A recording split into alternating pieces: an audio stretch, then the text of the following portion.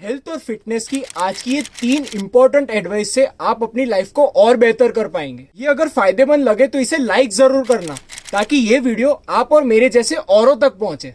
अब आप बीच में हमें एक्सरसाइज प्रिस्क्रिप्शन जैसे दे रहे थे कि रेजिस्टेंस कितना करना चाहिए, हाँ रेजिस्टेंस जी, ट्रेनिंग। हाँ तो जी। मान लो कि आज कोई युवा है, जैसे मेरे जैसे जो 25 से 30 साल का अपना युवा है इंडिया का, तो अगर वो घर पे ही रेजिस्टेंस ट्रेनिंग करना चाहता है तो कौन कौन सी तरह की एक्सरसाइज आप उसे रेकमेंड करोगे? कि आपने जैसे कहा कि 12 से 15 या 15 से 20 आपको रेपिटेशंस करने हाँ चाहिए। जी। तो कौन कौन तरह की एक्सरसाइज हम किस किस तरह की एक्सरसाइज हम कर सकते हैं? पुशअप्स, पुलअप्स, चिन अप्स, फिर स्क्वाट्स हो गया, लंजेस हो गया, एब्सोल्युटली। कौन से कर सकते हैं? कौन-सा कर सकते हैं इसका तो हिसाब ही नहीं हो सकता। बहुत बड़ा है, वो तो लिस्ट बहुत बड़ा है, वो एक्सरसाइज की लाइब्रेरी बहुत बड़ी है। आई डोंट थिंक हमको कौन-सा कर सकता है ये देखना चाहिए। We should look at it like जो भी एक्सरसाइज आप चुनें, उसमें आपका फॉर्म एंड टेक्निक बढ़िया किसमें है, वो ओके। करना चाहिए। That's the first one. Hmm. Next, आप उन मूवमेंट्स को चुनिए जो आप ज़्यादातर अपने डे टू डे लाइफ में ज्यादा इस्तेमाल करते हैं। फॉर एग्जाम्पल, झुक के कुछ चीजें उठाना, which is what I call as a deadlift. बैठना उठना, which is like a squat. फिर हम एक पैर से आगे जाते हैं, पीछे जाते हैं, या फिर हम लोग स्टेप्स ऊपर चलते हैं, which is like a lunge. So I think the mainstay, the staples, if आप अगर घर पे, नॉट इवन घर पे, अगर आप जिम में भी करते हैं, I call these as the staples. So you have a squat, you have a deadlift, and you have lunges. Okay, curtsies. These are the main staples of the exercise arena. But ये typically आपको lower body की कसरत देता है. Upper body के लिए, let's think about it. हम हमारा जो ऊपर का शरीर है, थड़ है, हाथ के साथ किस लिए इस्तेमाल करते हैं? Opening the door, closing the door, picking up something from the top, और रीचिंग आउट समथिंग. सो हमारी कसरत की मूवमेंट्स भी इसी तरह हो तो ज्यादा बेहतर. So reaching out something from the top, you can always do a shoulder press. Pulling something, you can do a row. Hmm. You are shutting a door, you can do push-ups. Alright? Hmm. So we need to think in these directions. So for me, staples for the upper body would be push-ups, rows, and the presses. ये very straightforward logic है. तो just for the युवा, whoever is watching this, उनको एक ही जहन में रखना है कि हमारा शरीर जो है वो एक बढ़िया मशीन है जो उठा सकता है, पुश कर सकता है, पुल कर सकता है, थ्रो कर सकता है. इन चीजों को वो अपने रेजिस्टेंस ट्रेनिंग में लेके आए. That would be a great idea, and that's what that joints will become better. Injury की रेट कम आएंगे, कैलोरीफिक बर्निंग ज्यादा होगी, स्ट्रॉन्गर बहुत बढ़िया होगा, and most importantly they will start liking it. तो एक टेक अवे के तौर पर क्या आप ये सब कुछ समराइज कर सकते हैं कि रेजिस्टेंट ट्रेनिंग कितनी करनी चाहिए, कब कब करनी चाहिए, कितने श्योर, इंटेंसिटी के साथ करनी श्योर, चाहिए, वो आप खाली 1-2 मिनट में हमें समराइज कर दीजिए श्योर, ताकि हमें टेक अवे मिल जाए। श्योर. सो रेजिस्टेंस ट्रेनिंग, जैसे हमने कहा, एक प्रिस्क्रिप्शन के तौर पे from a professional to all of you, is again these are in layers. There is, ये समझ में मत रह, ये सोचिएगा मत कि ये ही तरीका है. बहुत सारे तरीके हैं, लेकिन one of the ways would be हफ्ते में 2 बार जरूर कीजिए. सेकेंड, जब भी आप एक्सरसाइज की चॉइस करते हैं, पिकअप करते हैं, तो ऐसा पिकअप करना जहां पे ज्यादा जोड़, जॉइंट्स, ज्यादा मांसपेशियां, मसल्स चल रहे.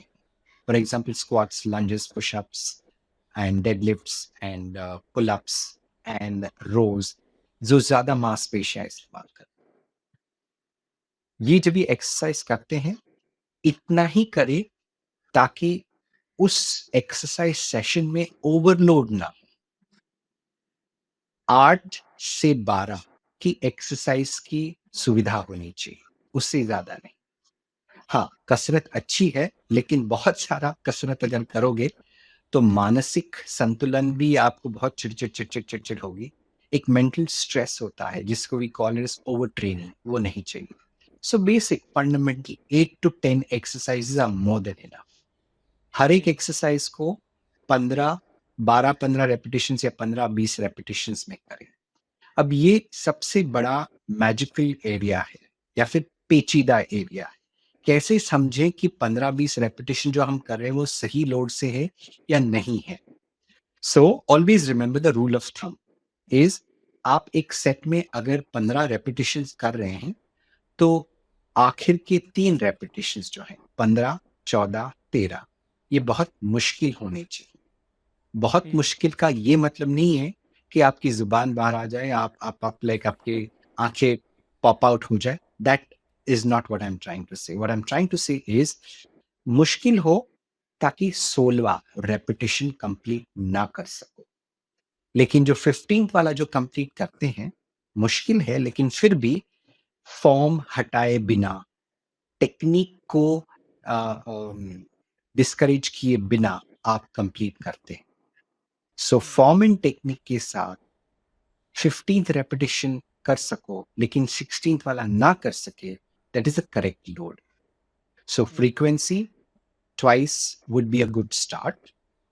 Second, pick up exercises which are 8 to 10 to max 12, not more than that. और एक एक्सरसाइज सेशन हमेशा 45 मिनट्स के अंडर होना चाहिए जो वार्म अप और वार्म डाउन नहीं इंक्लूड करता। क्योंकि 1 घंटे से ज्यादा अगर एक्सरसाइज सेशन रहेगा तो आप, we have seen from a psychological data that we have gathered through research कि एक बंदे की capacity on a long term sustainable नहीं होती अगर एक्सरसाइज कसरत 1 घंटे से अगर ज्यादा हो जाए तो एडेप्टेशंस कम हो जाती है, ओवर ट्रेनिंग ज्यादा हो जाता है और चिड़चिड़ बंदा ज्यादा हो जाता है। सो एक्सरसाइज बेनिफिट्स नीचे आने लगते हैं, विल पावर कम होने लगता है और फिर people start deviating from the exercise. So keep it under 1 hour, not more than that. And in this 1 hour, your resistance training should be anywhere between 45 minutes to 30 minutes. अगर आप cardiovascular activity और resistance training दोनों एक ही में करना चाहते हैं, बहुत बढ़िया, you can do 20-25 minutes of cardio. I'm not talking the amount of warm up in this one, I'm talking about cardio. सो आप अगर 5 मिनट का वार्म अप किया आपने, 20 मिनट का आपने कार्डियो किया which is 25 minute, and then you do strength training या फिर resistance training immediately after that for 20 minutes and then you follow it by a warm down and stretching. ये आपके 1 घंटे में पूरा बैठ जाना चाहिए। अगर आप कार्डियो अलग दिन कर रहे हैं, आप रेजिस्टेंस ट्रेनिंग अलग दिन कर रहे हैं, वो भी हो सकता है। आप 3 दिन कार्डियो करें, कार्डियो के बाद में 40-45 मिनट्स या 30 मिनट्स का जो कार्डियो करता, again this 30 minutes does not include warm down and a warm up. वो 30-35 मिनट्स होने के बाद में फ्लेक्सिबिलिटी ट्रेनिंग करें। And on another 2 days, you can do resistance training. Again, start with a warm up of 5 to 7 minutes, then do the resistance training, which will last for 30 minutes to 45 minutes, and then do the stretches with the warm down. So 2 days of resistance training, 3 days of cardiovascular training, अगर आपको अलग-अलग दिन चाहिए। 1 दिन चाहिए, वो भी नुस्खा आपको हमने दे दिया। So this is a basic prescription of how you want to mix and match.